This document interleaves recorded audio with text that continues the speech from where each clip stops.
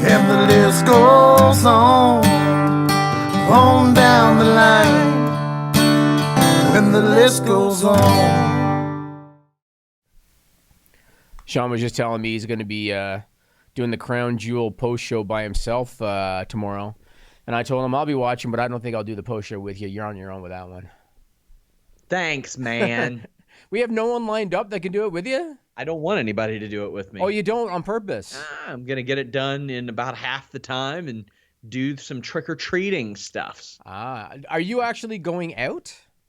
No, we're handing out candy to all the dumbass little kids in our neighborhood. I was going to say, you're 34. You don't trick or treat, right?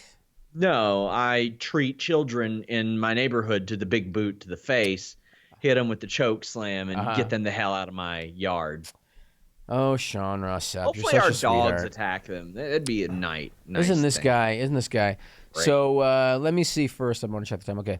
So I want to start by talking about Montez Ford. So, I'm watching Street Profits on TV every Monday. Okay. They're always doing their bullshit where they have to promote the show because that's what they're booked to do, whatever. Montez Ford, every time I look at that guy, you know who I see in that guy, Sean? In Montez Ford? To a T, Sean. My To a T. charisma. I see a young Dwayne Johnson. Oh, yeah? That's who I see in Montez Ford. I see a young Dwayne Johnson. He's a good-looking dude. He's in shape. He's charismatic. He's good in the ring. He's a very well-spoken guy. I see a young Dwayne Johnson. And you know what I think to myself, Sean? What? I think to myself, it's 2019. Vincent Manny's going to fuck that up. Yeah. That's exactly what I think. And on Raw on Monday night, here come the Street Profits out to the ring. They've got a very kind of grandiose entrance. They go through the crowd. Their entrance is a few minutes long. They're in their gear, Sean. They're in the ring gear. They get in the ring. They do a promo. I'm thinking, okay, they're going to give these guys enhancement talent for a match because a lot of, WWE people might still not be overly familiar with them aside from being the guys that, promote the shows every week. Sure. So I'm thinking they're going to give them an enhancement match. They're going to showcase their ability. Montez Ford's a freaking star. Nothing against Angelo Dawkins. Montez Ford is going to be a singles champion because he is a star. But then they play their music and they mosey on out of there, Sean. And I watched that thinking, what the hell was the point of that? You know what I mean? It's weird, man. Like, I'll say this. Whatever they did with the Viking Raiders worked. Yes. They're over, and it works. It did. Now, you've got something very special in the Street Profits, and you've already done that weird thing where they hosted Raw, but you stripped the individuality, the creative aspect from them and made them say all kinds of dumb shit that doesn't work. Yep. And their promo on Raw was so dumb. And I had somebody say, well, the crowd chatted with him, so evidently it was good. I don't know if that's a precedent you want to set. We're the Street Profits, and we want the smoke. Okay, that's cool. Because forever, I've heard, I'm Naomi, and you're going to feel the glow. Yep. I'm Sasha Banks, and I'm the boss. Yep. And all that. It's always, I am person, and here's my catchphrase. Yep. Well, what? You're always going to say we're the Street Profits and we want the smoke, or because I'm the boss. Not everything is because you're the boss. Yeah. Some shit happens for different reasons. Give these people motivations and things to play off of. They're already at an advantage because they're two very entertaining guys that can play off of each other. Now you just got to stop stripping them of that creativity. Yeah, it's unfortunate because I know a lot of people like Angelo Dawkins, but I see him and I just see Jim Neidhart or Marty Jannetty. I mean, I do. Montez Ford's a freaking star. That guy's a star.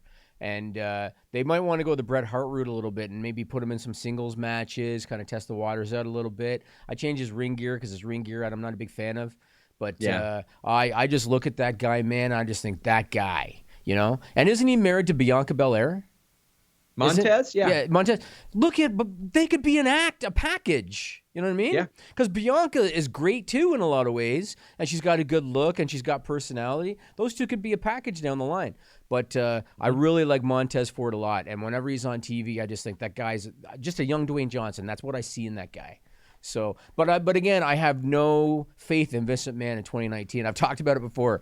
No faith in Vincent Mann in 2019. I feel like he's going to screw it all up. Yeah. But that was that. I want to talk about an incident that happened at an independent show last Friday night, October 25th. with a promotion called Paradigm Pro Wrestling out of Jeffersonville. I'm familiar with them, but Are you? I thought you were going to talk about the GCW thing. No, what was that? Oh, you would have wanted it for stupid people. Really? After a post show or at an after party this past Monday, apparently a dude burned his dick off. How? Was Sonny present? Details are still filtering in. Okay, I'm no. working on the story legitimately. Okay, I am. this one's different. This one was from Paradigm Pro Wrestling. They're out of Jeffersonville, Indiana. There's a wrestling blog called Wrestling Past and Present. They're the ones that sent me the story. And then Paradigm confirmed it on their Twitter account. Brady, post the statement from Paradigm Pro Wrestling. They posted this on Twitter on October 28th. Oh, Jesus, I can't read that. It's too small. Basically, they said that there was a wrestler by the name of Isaiah who had requested to appear on the show in the main event. He was supposed to pass the torch to a younger wrestler named Cole Radrick. I apologize. Yeah. Oh, there you go. That's better. That's better. Apparently, Cole Radrick was starting a promo. Isaiah ran out. Apparently, right from like the time he got to the building, he ran in and he pulled a knife on Cole Radrick and put the knife to his throat. God.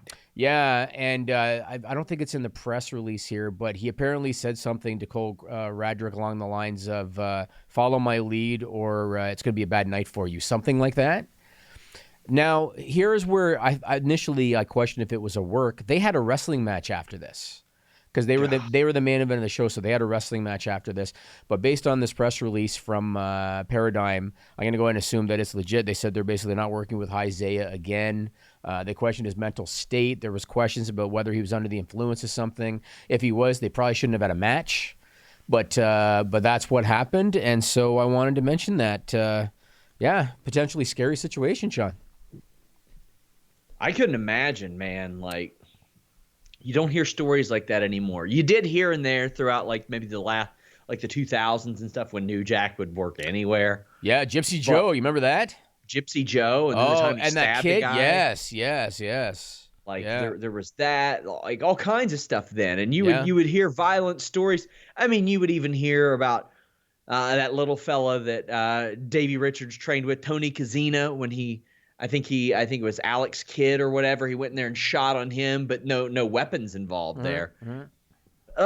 Just rough situation, and I believe their statement. They probably didn't know his mental state. So unfortunate, really terrible. Yeah, they're lucky that something serious didn't come of it. You know. Yeah. So let's talk about Stephanie McMahon.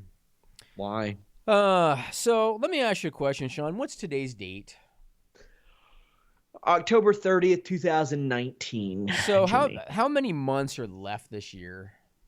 2 months are left this year, and we know that Survivor Series is on November 24 because it's already advertised. We know that TLC is December 15 because it's already advertised, right? 2 months left in the year. 2 pay-per-views are already advertised. Stephanie McMahon did an interview with Bleacher Report.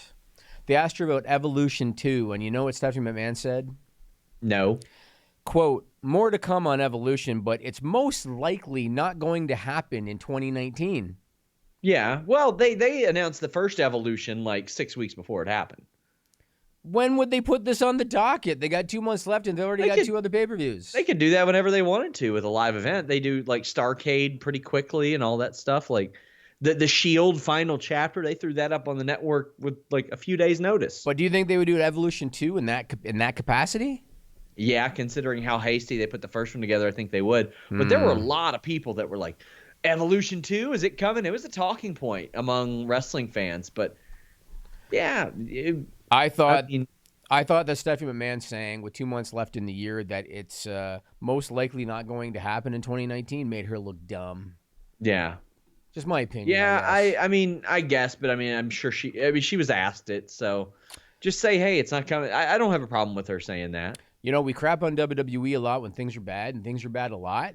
And so for that reason, I want to give the company props for the divorce court segment on Raw this past Monday. I thought it was the best promo of Lana's career. It was She great. was freaking awesome, and she improvised a bit. She was listening to the crowd, and she improvised a bit. And a lot of people, they get tense in those moments. Ronda Rousey did, she didn't know how to handle the crowd. Lana rolled with it, man. She was, I thought, really, really good. I didn't like Rusev at first because Rusev, he came out and he's got that little grin on his face and he's got the wedding ring on, and I thought, oh man, they're positioning Rusev to look like a pussy basically.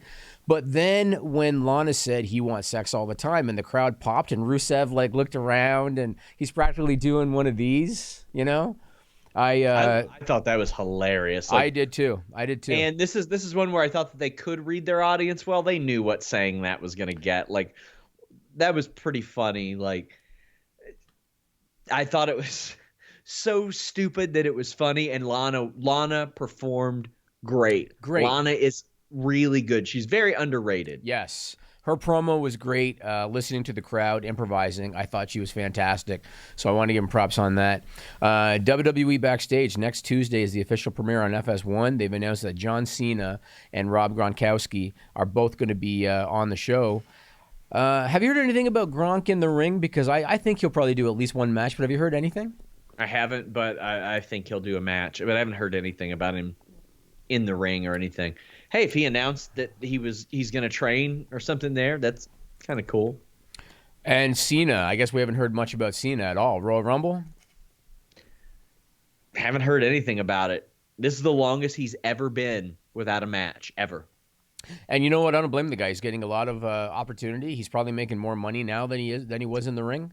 It says a lot that he hosts a kids game show that nobody watches, but isn't interested in wrestling right now. I mean, yeah, they can always say, "Oh, well, he's wrestled this year." And if I were him, I would make time to come back to the Royal Rumble and maybe do WrestleMania. Right. I would do that. Do Royal Rumble, get eliminated by somebody. Right. Then do a match with that person at WrestleMania. Put them over. Why I not? agree He's with that smart too. about that stuff. I agree with that too, and I don't blame him for doing that fifth grader show because I don't know how many bumps he has to take on that show. Probably less than he does in a match. So Yeah. I'll give him that. I have not had a chance to see the Bellator show from last Friday yet. Jake Hager, did he low blow the guy because he was in trouble and he was desperate, or was it just a complete accident? Complete accident. Okay. He wasn't in trouble. Okay. He was dominating that guy in the clinch. He Okay. wasn't going to lose that fight. Did it happen early in the fight? Yeah, very early. It happened. It looked like it happened immediately. Then another one a minute in, and then the third one 2 minutes in, which they didn't call the first one, which I don't think even got him low. But then a couple of other ones did, and you knew on the second one that fight wasn't happening anymore. Dude was face down in a heap.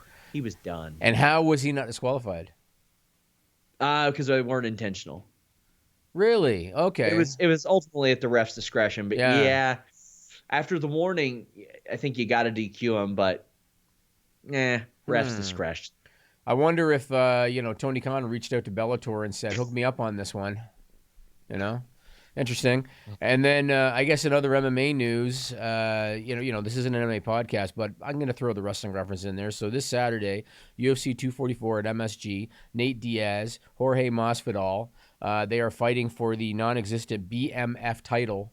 You guys know what BMF stands for. And The Rock is going to present the title to the winner. And they're going to make some kind of an announcement related to The Rock and MMA. I think it's about a sports convention in Atlanta or something. Did you hear about that? Athleticon or something? That's what I heard. So, interesting. Who do you have in that fight, bud? Masvidal, I think. By decision or? Yeah, I think so. But that's a good fight. That's a hell of a fight. Title or not. Also, they should have had Austin there for it too, because he is the original BMF. Him and The Rock in the same spot would have been nice, but maybe two pro wrestling. And The Rock volunteered himself up, and yes, you're not just gonna pass that up or make him share the spotlight. So I get it. That's right. But guys, I do have a preview of that show up on FightfulMMA.com and our YouTube, and I'll be going live right after that. Awesome, man. I think that's all I got for you. That's it for The List Goes On. Bye, Brady. Bye, Brady. Good luck, buddy. R.I.P. Good luck, bud.